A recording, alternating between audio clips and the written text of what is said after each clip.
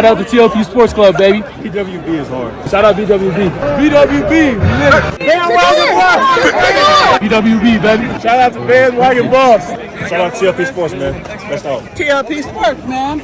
Buff Nation, what up? BWB, my bandwagon buffs. What it is, what it does, and what it's gonna be. It's your man's Harry Billion. Welcome to the Liberian Perspective. Family, do me a favor and smash that subscribe button. Make sure to give me the thumbs up. Don't forget to hit that bell notification so that you can get the video as soon as I drop it on YouTube. And always look right here in this corner where you can get your BWB merch and rep the most educated, well-informed, least delusional fan base in all, and I mean all, of college football. Don't buy the hype. Buy BWB. Bandwagon buffs. All right, family, I gotta go ahead and get into this video right now, so that's all the business I got. You know what time it is. Let's work. I don't know how many coaches in college football uses the same technique that Coach Prime uses for recruiting. Coach Prime has his regular recruiting time, and then what he does after all of the recruiting is going on, Coach Prime takes his time to have some camps where he invites some JUCO players, he invites some people to walk on to find some diamonds in the rough. I know that schools have walk-on trials because when I went to UNCG, I did go to a walk-on trial for their soccer team. I don't know if that's official, if it's up to the coach, but what Coach Prime does as far as inviting JUCO players or going out and making it known that he's looking for diamonds in the rough in the hood. Let's just be clear about it. Coach Prime goes to the hood and be like, yo, if you can ball, come see me. I ain't too hard to find. So Coach Prime has done that. That's pretty unique. I'm sure other coaches do it. I'm not going to say this is unique to Coach Prime, which I kind of think it is because I've never really seen it happen. Of course, you know, we're not delusional. Because you don't see it happen doesn't mean it doesn't happen. So let's just say it's not unique to Coach Prime, but Coach Prime has done this several times. He's done it at Jackson State and he's now done it at University of Colorado. So there's a couple of diamonds that he found in that rough. Just like Coach Prime, I like to go digging for some diamonds in the rough stories that I can bring you guys that can help the constituents. So I went to my favorite newspaper, Colorado's Buffalo's Wired at usatoday.com, and I found a little bit of a gem and I thought you might want to know just as well. So let's go ahead and go to the article so I can give you this story. Colorado coach says walk-on Michael Harrison could become one of the Pac-12's best tight ends. Did not know that. This one was posted July 13th by Jack Carlo. We've got another lesser known player in the mix to start at tight end for the Buffs next season. Appearing on the Sports Forum radio show on July 6th, Colorado tight ends coach Tim Brewster said that walk-on Michael Harrison, who joined the Buffs in 2020 as a walk-on wide receiver, could become one of Pac-12's best tight ends. 6'3", 225 pounds, 4.5-inch 40-yard dash. Got crazy ball skills. He's got an element of toughness, Brewster said on the Sports Forum. I really feel good about our ability to come together and make this guy one of the top tight ends in the Pac-12 next season. I really believe that. Harrison redshirted during that COVID-shortened 2020 season, but played in all 12 games on special teams in 2021, recording 4 special teams points. Last season, he hauled in 2 passes for 12 yards. The San Francisco product also scored a touchdown in April's spring game. Brewster's comments about Harrison changed everything for me with how I look at Colorado's tight end room. Before this, it was Louis Passarello, Elijah Yelverton, and Caleb Fourier in my top 3, but you now have to consider Harrison a candidate to start in 2023. So Adam tweeted that, and that's where this article is coming from. Coupled with the fact that Coach Prime likes to go and find diamonds in the rough, you can tell that walk-ons, just like Charlie Offado, are not treated terribly on this team. Walk-ons have a special place on this team. If you can ball, you can ball. That is the special thing about Coach Prime's teams. Coach Prime wants dogs. He wants people who can ball, people who have the attitude to win. If you have the right attitude to win, you and Coach Prime are going to get along. It doesn't matter if you do something wrong and he screams at you. He wants the best out of you. A lot of people don't care about you as much as Coach Prime would care about you because he's so passionate about the game, so it's going to come up a little bit rough. But if you can tough it out, if you can put up with all of that, you and Coach Prime are going to achieve a lot of great things together because his standards are so high. He never lowers his bar. Coach Prime would never lower the bar for you to take a play off or for you to take a down off. He's always going to have the highest standards amongst all coaches that are coaching in college football. Check with anybody that knows anything. I'm not talking about a stupid D-track factor, check with anybody that's ever played with him and check with other coaches that know him. Coach Prime's standards are so high, sometimes it frustrates these kids, and sometimes, according to the documentary, it frustrates the other coaches just as well. But they know that that standard is what makes them achieve the heights that they have achieved, or to achieve the great things that they have achieved. And Coach Prime wants a chip. Because of his standards, they're going to get a chip. I'm proud of Michael Harrison. There are going to be a few players that the faces that you've seen that you really don't know their names, but you're going to hear more and more about these kids. Like I keep telling y'all, because Coach Prime loves people with heart and people who show up and they don't make excuses. Harrison is not the first, nor is he the last. There are going to be others. Coach Prime did not recruit this kid. Coach Prime inherited this kid. So there are a few dogs that are still in that 1 in 11 house that Coach Prime is going to turn into players. The other point is, I've said this before, but I think it's worth repeating. If you have a dog, they're going to be a dog. Sometimes you may have a dog, but the dog has to be brought out of certain people. They need the right type of leadership. They need the right type of accountability. They need somebody to be able to pull that thing out of them. You may have one player who may not have been performing at their peak under one coach, but then under the right coach and the right relationship, all of a sudden they start to thrive. It's important to understand and know that, because Coach Prime knows how to pull talent out of people. So where you may still have some young men from that 1 in 11 team where it seemed like they were not great or where they were not good, or you will start seeing these young men perform at a much higher level because now they have around them the type of environment that is conducive of winning and the right mentality. Under Coach Prime, you may have somebody who may have transferred. Maybe they didn't have a lot of production from their other team, or you may look at some of these players and you say, oh, those are a bunch of bench warmers that came from other teams that didn't want them. But just watch what Coach Prime do with these kids. Just watch the confidence that Coach Prime instills in these kids, and then their performances are going to reflect his leadership. And with that being said, we say congratulations to Mr. Michael. We hope you ball out this season. Your numbers will rise. Guys, thank you for watching. If you appreciate this little gem of a story, I hope that you can smash that subscribe button and help my channel grow. I'm going to leave it right there. You know who I am. I'm Harry B. And that right there was the Liberian Perspective. That's TLP Sports Club. Brah.